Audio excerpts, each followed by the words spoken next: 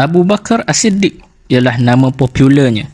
Tapi sebelum Abu Bakar masuk Islam, semasa beliau lahir, nama diberikan pada beliau adalah Abdul Kaabah. Abdul Kaabah ni maksudnya hamba Kaabah. Sebab orang Arab, walaupun dia kafir, walaupun orang Arab ni Kristian, mana-mana orang Arab semua akan anggap Kaabah ni satu kebesaran, tanda kebesaran orang Arab. Macam tanda kemegahan orang Arab. Macam orang Melayu dia anggap keris lah kan. Tapi orang Arab dia anggap Kaabah tu macam kemegahan. Jadi untuk memperhambakan diri untuk Kaabah tu adalah satu kemuliaan untuk orang Arab jahiliah. Jadi dinamakan beliau ketika lahir ialah Abdul Kaabah. Kemudian beliau masuk Islam, beliau menukar nama kepada Abdullah, iaitu hamba Allah. Kerana seorang Muslim itu mestilah dia hamba Allah. Jadi nama panjang beliau adalah Abdullah bin Uthman. Jadi mana datang Abu Bakar tu?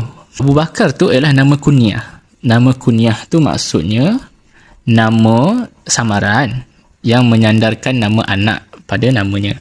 Contoh, Abu Bakar maksud dia ayah kepada Bakar. Kerana ada nama anak kepada Abu Bakar ni namanya Bakar.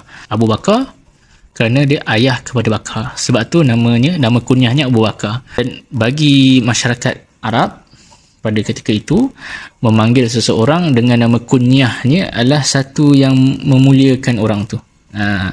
Contoh memanggil orang tu dengan nama Abu Bakar, maksudnya kita hormat dia. Inilah ayah kepada Bakar tu, macam tu. Dia macam satu penghormatan lah. Tapi ada orang yang lebih dikenali dengan nama asal, ada orang yang lebih dikenali dengan nama kunyah.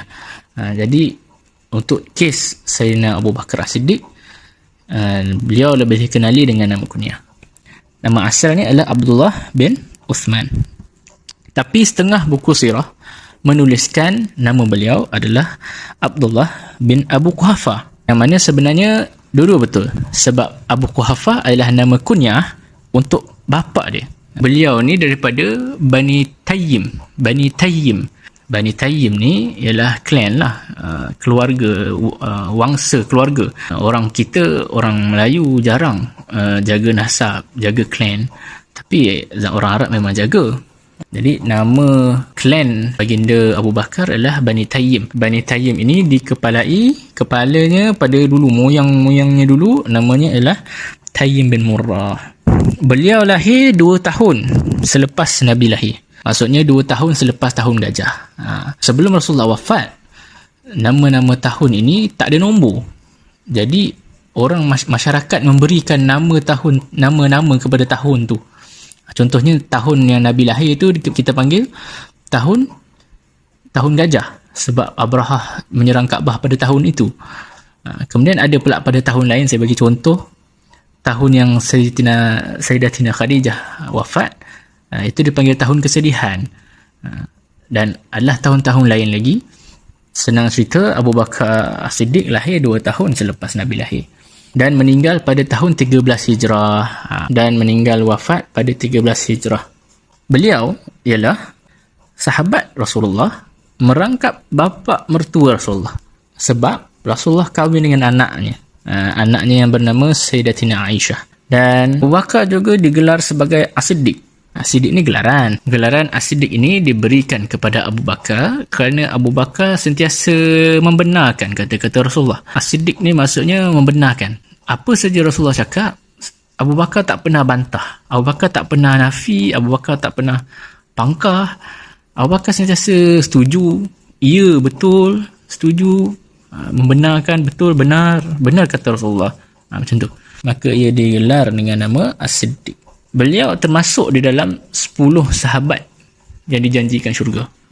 Sebab ada dalam satu hadis yang sahih, yang Nabi listkan 10 orang yang dijamin syurga. Tapi bukanlah 10 saja orang yang dijamin syurga, tapi dalam hadis tu ada 10 orang. Tapi dia dalam hadis-hadis lain adalah nama-nama sahabat lain.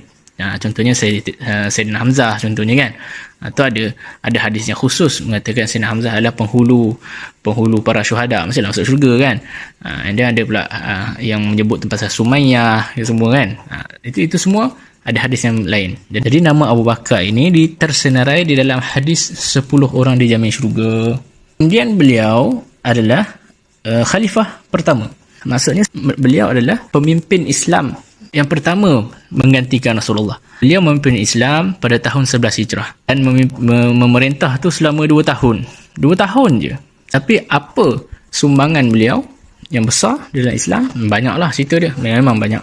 Antara sumbangan beliau adalah memerangi Nabi palsu, memerangi orang yang tak bayar zakat, dan meluaskan lagi tanah umat Islam dan menyamparkan dakwah, meluaskan lagi dakwah lah. Sebenarnya Abu Bakar Siddiq ni antara yang paling banyak jasa lah, dan yang saya senaraikan tadi cuma sekelumit daripada ratusan, mungkin ribuan jugalah jasa beliau di dalam Islam ini.